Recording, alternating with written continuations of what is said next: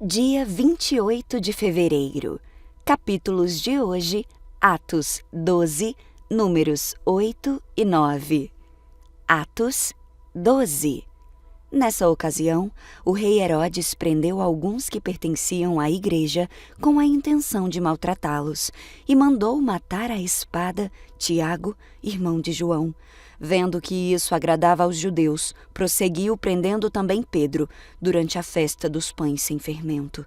Tendo-o prendido, lançou-o no cárcere, entregando-o para ser guardado por 4 escoltas, de 4 soldados cada uma. Herodes pretendia submetê-lo a julgamento público depois da Páscoa. Pedro, então, ficou detido na prisão, mas a igreja orava intensamente a Deus por ele. Na noite anterior ao dia em que Herodes iria submetê-lo a julgamento, Pedro estava dormindo entre 2 soldados, preso com 2 algemas, e sentinelas montavam guarda à entrada do cárcere. Repentinamente, apareceu um anjo do Senhor e uma luz brilhou na cela. Ele tocou no lado de Pedro e o acordou. "Depressa! Levante-se!" disse ele. Então, as algemas caíram dos punhos de Pedro. O anjo lhe disse: "Vista-se e calce as sandálias." E Pedro assim fez. Disse-lhe ainda o anjo: "Ponha a capa e siga-me." E saindo, Pedro o seguiu, não sabendo que era real o que se fazia por meio do anjo. Tudo lhe parecia uma visão. Passaram a primeira e a segunda guarda e chegaram ao portão de ferro que dava para a cidade. Este se abriu por si mesmo para eles e passaram. Tendo saído, caminharam ao longo de uma rua e, de repente, o anjo o deixou.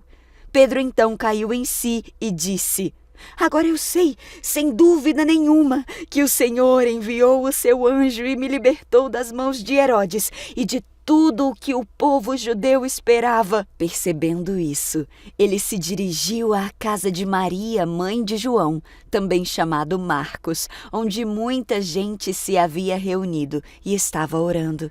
Pedro bateu à porta do alpendre e uma serva chamada Rode veio atender. Ao reconhecer a voz de Pedro, tomada de alegria, ela correu de volta sem abrir a porta e exclamou: "Pedro está à porta!" Eles, porém, lhe disseram: "Você está fora de si." Insistindo ela em afirmar que era Pedro, eles disseram-lhe: "Deve ser o anjo de Pedro." Mas Pedro continuou batendo, e quando abriram a porta e o viram, ficaram perplexos. Mas ele, fazendo-lhes sinal para que se calassem, descreveu como o Senhor o havia tirado da prisão e disse: "Contem isso a Tiago e aos irmãos." Então saiu e foi para outro lugar. De manhã, não foi pequeno o alvoroço entre os soldados quanto ao que tinha acontecido a Pedro. Fazendo uma busca completa e não o encontrando, Herodes fez uma investigação entre os guardas e ordenou que fossem executados. Depois, Herodes foi da Judéia para a Cesareia e permaneceu ali durante algum tempo. Ele estava cheio de ira contra o povo de Tiro e Sidom. Contudo, eles haviam se reunido e procuravam ter uma audiência com ele.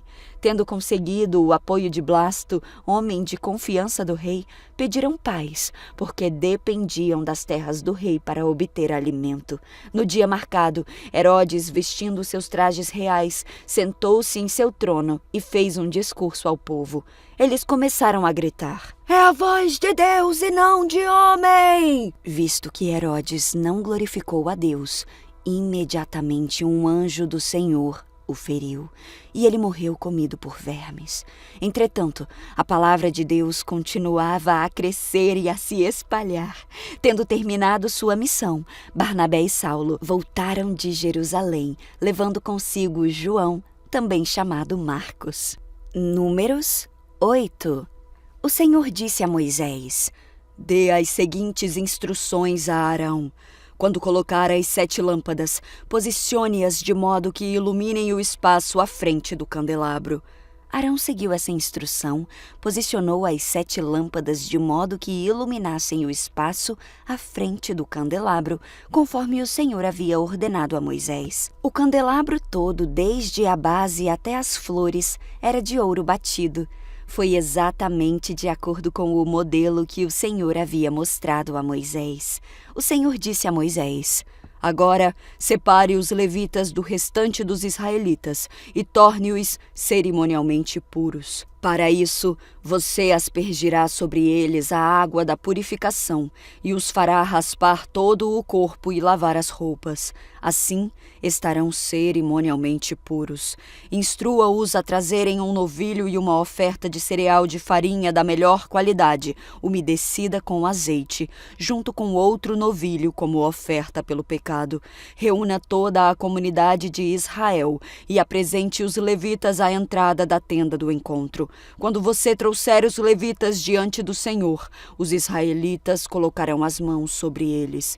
Com as mãos levantadas, Arão apresentará os levitas ao Senhor como oferta especial dos israelitas e, desse modo, os consagrará ao serviço do Senhor.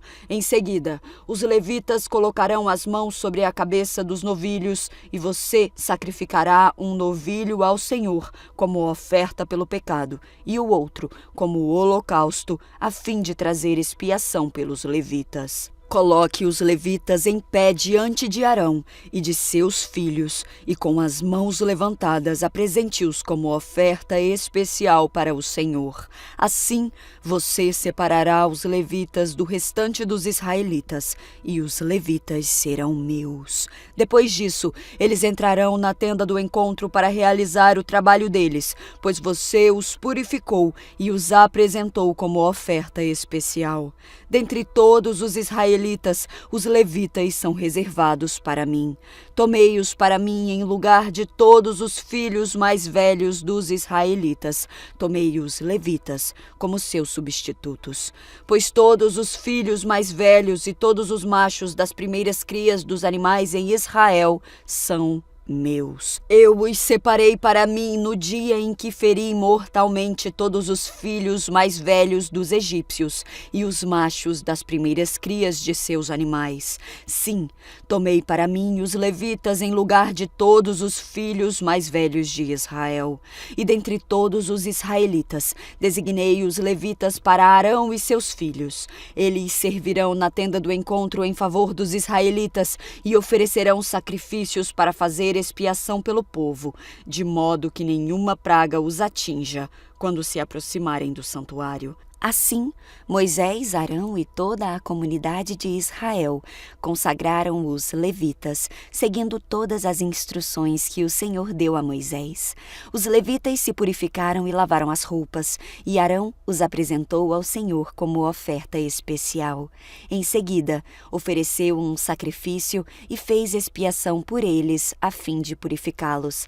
Depois disso, os levitas entraram na tenda do encontro para realizar suas tarefas como assistentes de Arão e seus filhos.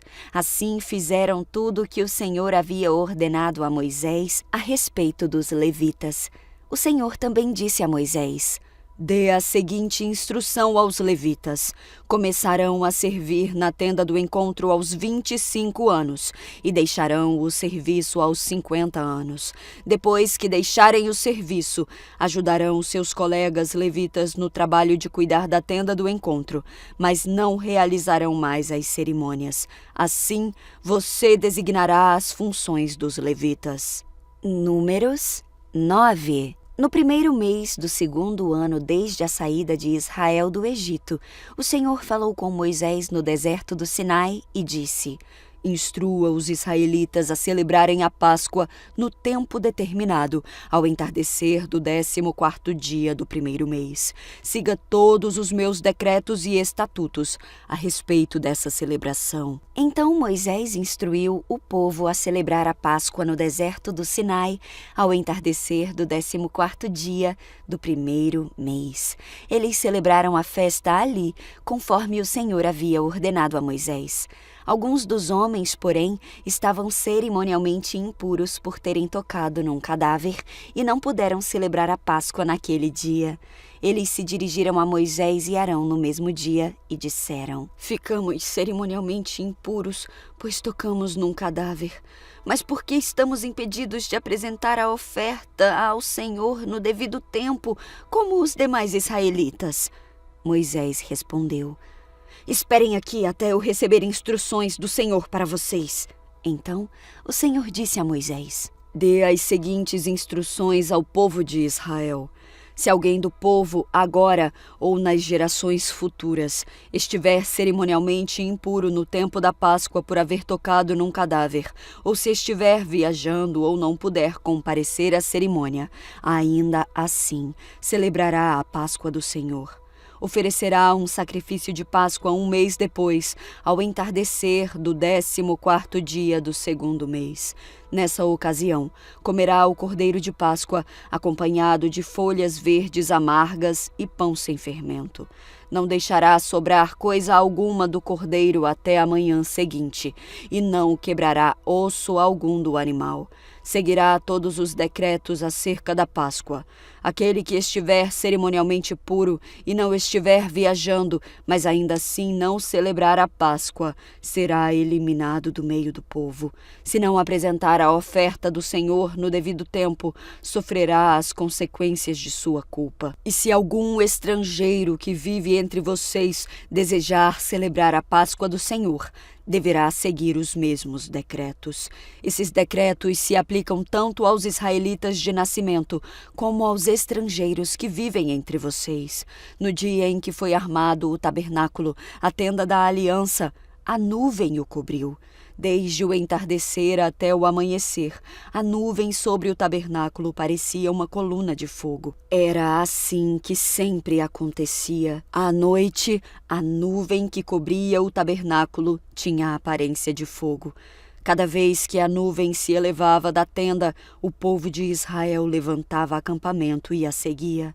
No lugar onde a nuvem parava, eles acampavam. Assim, viajavam e acampavam por ordem do Senhor, para onde ele os conduzia.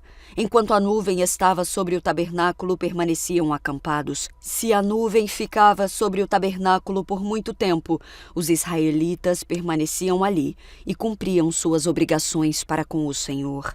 Às vezes a nuvem permanecia apenas alguns dias sobre o tabernáculo, de modo que o povo também ficava apenas alguns dias, conforme o Senhor ordenava. Então, por ordem do Senhor, levantavam acampamento e seguiam viagem. Às vezes a nuvem parava apenas durante a noite e se elevava na manhã seguinte. Dia ou noite, porém, quando a nuvem se elevava, os israelitas levantavam acampamento e seguiam viagem. Se a nuvem permanecia sobre o tabernáculo por 2 dias, 1 mês ou 1 ano, ficavam acampados e não seguiam viagem. Mas assim que a nuvem se elevava, levantavam acampamento e seguiam viagem. Com isso, acampavam por ordem do Senhor e viajavam por ordem do Senhor, e cumpriam tudo que o Senhor lhes ordenava por meio de Moisés.